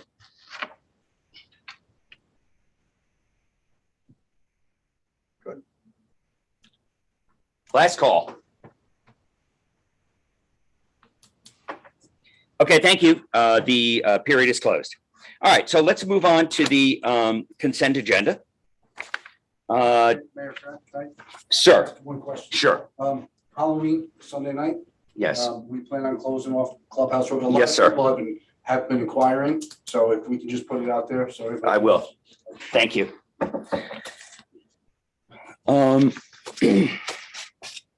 Okay, so do any of the trustees have any questions about the consent agenda? Don't forget to add Chris's comment about letting Denise take care of whatever it is. Right, didn't we add that? I think we did. I think we added it. On here? Now, I assume you guys want me to take out the gate opener. Is that correct? Yes. Okay. I thought we agreed to move ahead with it. Well, I think Chris does not want to vote for it until he's guaranteed that residents don't have to pay anything. So he's not going to vote for it. Is that correct? That is correct. Okay. We can talk about that after we do the consent agenda. Okay, You're so gonna do a survey we're- first? Is that it? so it'll be consent agenda items A through D and F through M. Is that what everyone has? John, except yours would be N. Right? For the generator transfer. Yeah, let's put that in as N. And why don't you give us that information again? It's to spend. Okay, that's fine. That's not on this. Hold on. All right, go ahead, John. $2,850 to replace and relocate the generator transfer switch. Okay, and where would that come from? Buildings? Yes. Okay, so we'll make a note of that. It will come from buildings. Did you hear that, Josh and Tinka? I did not. Okay, so John is asking the board to approve $2,850 to replace our generator in the office. Oh, Is that correct, John? It's just a transfer switch, Transfer switch. replace and relocate the existing transfer switch. yeah, because it's a little dangerous where it is, right? Yeah, it's rotted. John has to go down there to kick in the generator. And yeah, so it's something I would recommend we do. And it would come from line item buildings, which is what? Is that 3,000? Do we know? Not offhand, 160. Okay. Okay, so we'll agree though, it will come out of buildings. Is that okay for everybody? We have buildings contractual 1620.4. Okay, thank you. Be it resolved that the Board of Trustees approve items on this evening's consent agenda, A through D and F through N. May I have a second? Second. Any discussion? All in favor? Aye. Aye. Any against? Okay, terrific. Now, let's do the, be it resolved that the Board of Trustees replace TechWave with Safe Passage as our AutoGate opener vendor. May I have a second? Second. Any debate? All in favor? Aye. Josh? Yes. No. Aye. No. Okay, so 3 ayes and 1 no. Thank you.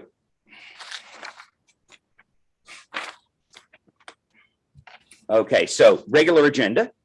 How do you guys feel about passing the marijuana opt-out local law this evening? I'm good with it. I'm supportive. Supportive. Okay, be it resolved that the Board of Trustees pass local law, draft local law 2 of 2021, marijuana opt-out. May I have a second? All in favor? Aye. Aye. Okay. Thank you very much.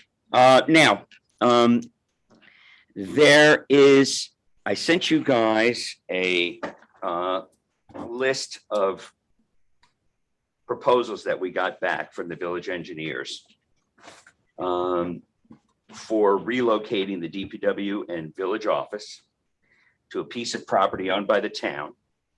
And in order for us to determine how much land we need to ask the town for, so that we can have a price, we need to know, we need to have a professional tell us how many square foot we'll need and what kind of lot layout we might need in a sketch diagram, concept diagram format.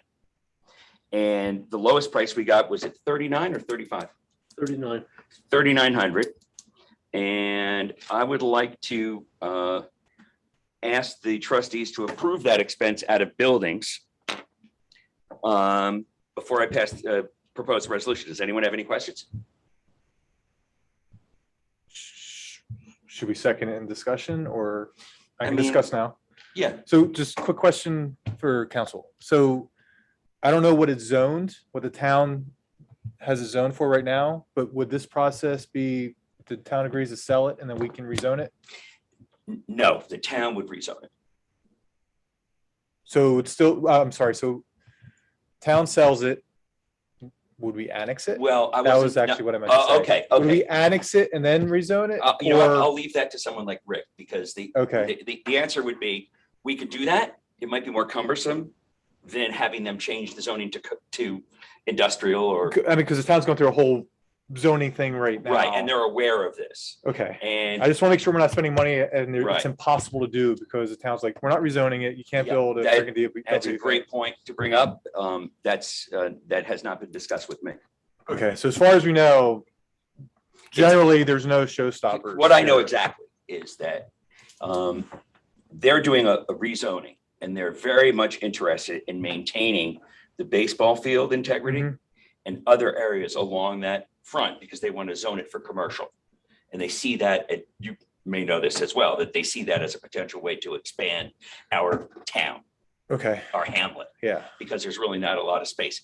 So the initial conversation I had with them was, well, show us the land. So I brought over Michelle Mhm. and showed her the area. And if it doesn't encroach on that, then we'll be able to discuss it. Well, And we can't do that. It's a catch-22 until we have some. until I know how get- much land we need. Because if they come back to us, there is a risk. If they come back to us and say, you need to encroach into this baseball diamond, it's a dead deal. Okay. Bottom line is, this is part of the sewer complex, right? Like it'll be It's Village in- Hall, DPW and sewer Right. plant. Right. So the incentive for the villages, or I mean, the town is, what else, who's gonna build next to a freaking sewer plant anyway? So let the village do what they want with it. That, we'll let Paul negotiate that deal with them when it comes to Okay, it, to get us the that's best all- deal possible. That's all I wanted to discuss. As no, far as that's a good the point. two valid Mhm. proposals, Mhm. I agree that they have more experience in this particular niche. And Mhm. Yeah, you saw the proposals. Mhm. Very good. Paul, do you have any questions? Tinka, Josh, do you have any questions? No. Okay, so be it resolved that the Board of Trustees, Wait, did you decide on the line item that we're doing it from? buildings, Okay, perfect. So you have it. Okay. be it resolved that the Board of Trustees authorize Weston and Sampson to produce a concept diagram for the DPW and office relocation at a cost of $3,900 to line item buildings, which is number, The building's number is 1620.22. thank you. May I have a second? Second. second, All in favor? aye. Great, thank you. The next thing is, I was thinking when I was on my vacation, that there might be some benefit to the village to put in a solar farm on village property. And then sell that back to the grid. And there's grants for that and other types of things that are available. I thought we should explore it. In the meantime, Jay Reingold, one of our residents and also running for town council, mentioned hydro, that our dams, certainly the Weewa Dam is a candidate for that as well. So this is really a discussion point. There's no money involved right now. But if the trustees think or agree with me that it's worth pursuing, maybe we ask them to give us a proposal. Talk to Jim Hayes about this too. I think we would bring in Before Jim, and make a committee. We have a lot of village property that's not buildable, but could be out of the public view. What do you think, Paul? I'm in favor of exploring everything. I want to do it efficiently. There is, a decade ago, there was enormous interest in electric utilities to supplement power with people putting in individual power. In parts of the country recently, there have been moves where the utilities, it was so successful, people, they don't want to buy power anymore because they got excess power, right? So, I think one of the issues that we should explore it, but one of the issues is whether O&R is committed to, changing policy with respect to buying power from people who've done it. That's just sort of an issue that I see out there in parts of the country, which have gone very much to sustainable power. So let's check it out, but trust everybody, honey, but got the cards. Thank you. Josh and Tinka, what do you think of the idea? I think it's great. And we already have a resident who's very happy to join in that committee. That's his business. So. Who? Matthew Tenari. Oh, I didn't know that. So- Okay. I'm definitely supportive. I actually use community solar right now to supplement my power usage in the park. How does that work? So yeah. You just you pay for a certain amount of power usage. The service is called Nexamp. They have a community solar farm north of us. Not exactly sure where. And it just goes to reducing part of your So it's a O&R. co-op that you buy into? Yeah, effectively.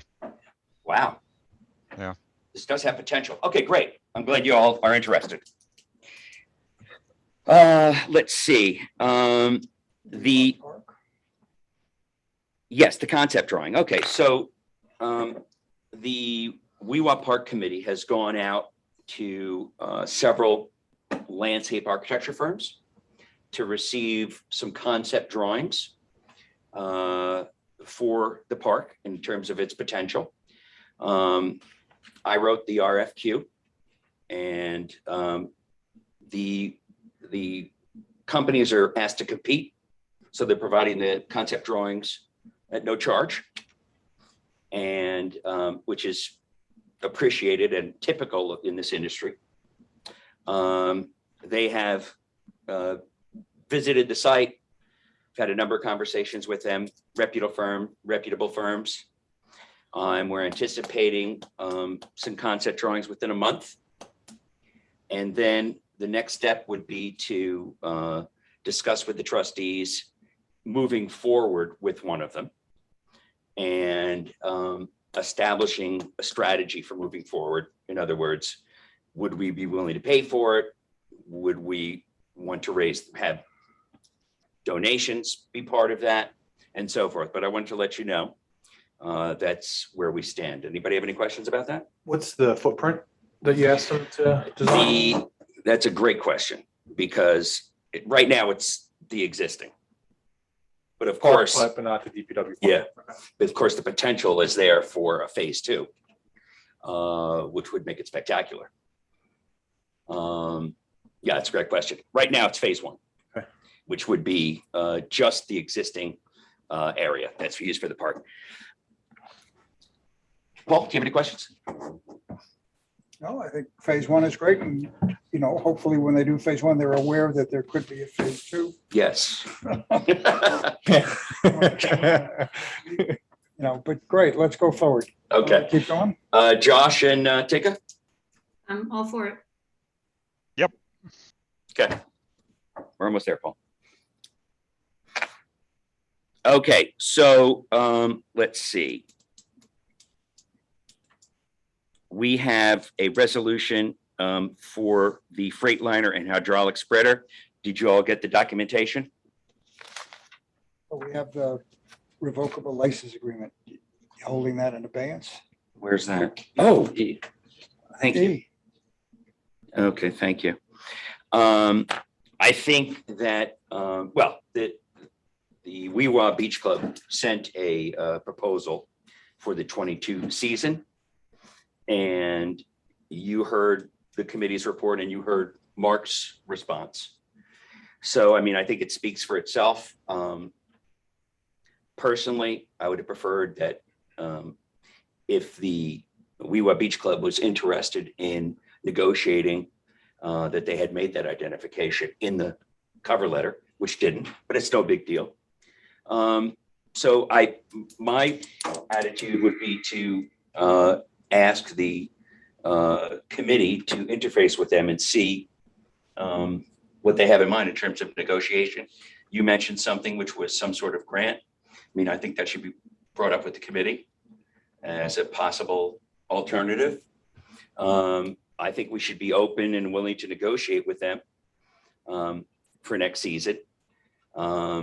We do have options, and I think we should pursue those options. And they should be part of that pursuit. That's my view. So the sequence is, if Denise is head of that committee, you know, I could have a discussion with Denise and throw out my concept. She can talk to anybody she wants, but I'd like to have her mark up what they've done and give it back to us, and then we can opine from there. Yeah, I think you should definitely bring it up, and any trustee is encouraged to do that. And I think we should do that also, you know, take Mark for his word and approach them for negotiation. Yeah, well, it's in everybody's interest. Sure. I mean, I think. So what's in, I think, this board's interest is to not continue this policy discussion through the budget process. So let's like get our crap together, figure out what the solution for the Weewha Beach Club is before January, when we're knee deep in budget discussions and tax assessments, and we have little time and patience for dealing with the Weewha Beach Club, so we don't run into what we did last year, where as we're trying to launch the summer season, an important one, we're still nitpicking over how the beach club's gonna be run. Agreed. So like 60 days, wrap it up. Shouldn't be that hard. It's the same thing every year. Like seriously. One and Well, done with- you know, that's easy for you to say. It's a document that we can basically revise on, and I'm all in favor of just getting it done. I mean, I don't want to rebuild the Weewha Beach Club. I mean, there are a bunch of people who run it, and they're town people and village people, and that's great. They don't cost us anything. I'd like to improve it by making a grant to them, and in exchange for that grant, provide a simpler system where everybody in the village is a member, and I guarantee you there'll be greater use of the Weewha Beach Club by the village if that occurs. I mean, I used to be a member for years, and then I just stopped using it. I was thinking about going down and swimming one day, and I said, no, I can't go through the hassle of, you know, whatever the hassle was at the time. So the answer is, I'll call Denise this week, tell her to interact with, who was it who spoke? Mark Citron. Mark Citron. Mark Citron. We'll go from there. Okay. All right, what do we have next? Now, is everyone understanding number F? That was a last minute add. I didn't see the note. I missed it. Before the F.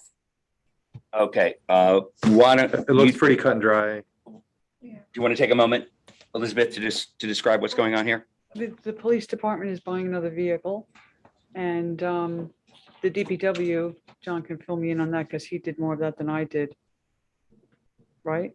Yeah, we, sometime early in the summer, we kind of approved a two-wheel drive, heavy-duty large dump truck. And we have to add a hydraulic sander and a plow to it. So, So I just brought everything to our people, MLC, and they said, oh, we'll do it all together because it ends up being a little bit cheaper. Well, that's that way. good. It's actually what we wanted. Right. We wanted to use that one lease and not have two separate leases. So, well, that's good. Okay. So that's all. So you feel this is an administrative situation? Okay. It's the same rate that we approved, the board approved, the prior board approved? Okay. I got you now. This Okay. isn't anything new. Right. It's not new equipment. It's Right.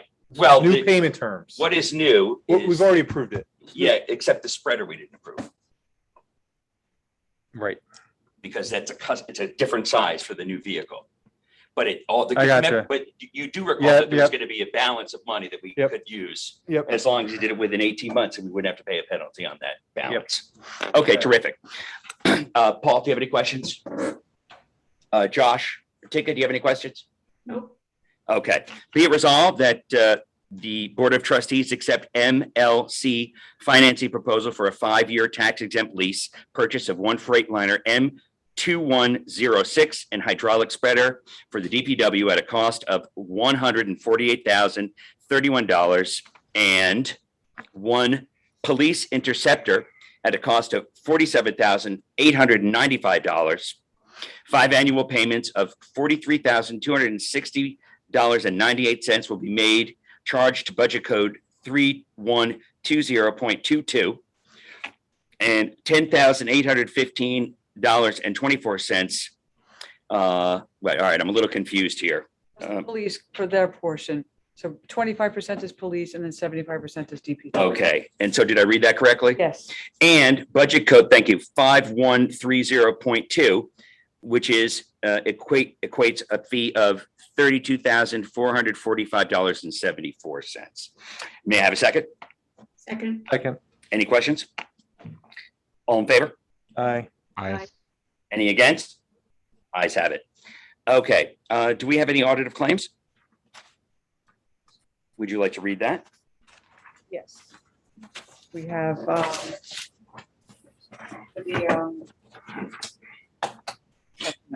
for the general fund, $202,472.13. Water fund, $32,932.74. Professional fees, $4,997.70. And capital projects, $7,493.60. Adopted. May I have a second? Second. All in favor? Aye. Aye. Thank you. Any budget transfers? None. Okay. Be it resolved that the Board of Trustees temporarily leave the public meeting to enter executive session to discuss employment matters of 3 persons and an ongoing legal case. May I have a second? Second. All in favor? Aye. Aye. Thank you. All right, so all those that are in attendance, we're going to, you stay in the waiting room and we'll be back shortly. If you're leaving us, thank you very much for joining us this evening. We appreciate it, and we appreciate all of your input. Thank you. Mayor, Tuxedo Reserve, can we have an update, please? I had asked the town if they wanted to give an update this evening, and they had a conflict because of their meeting. They will be following up with me tomorrow, and I will put that out. Thank you so much. You're welcome. All right, thank you, everyone. All right. Executive session, make a note of the vote Yes, and the time, please, and also any resolutions. absolutely. Thank you. No, thank you, Chief. Oh, Bye-bye. Chief, actually,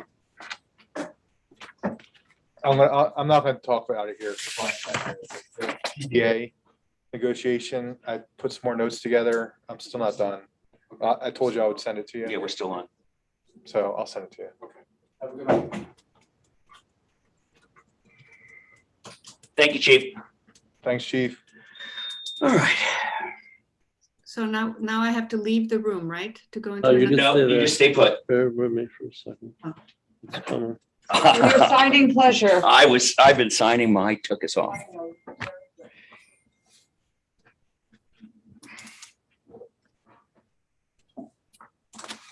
Okay, we good? So, hang on a second. Looks like it. It does. All right, I have 8 people in the waiting room, 3 people alive. Just the meeting room, Josh and Tinker.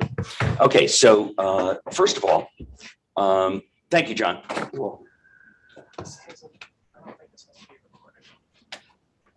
Doesn't have to be recorded. Correct. Thank you.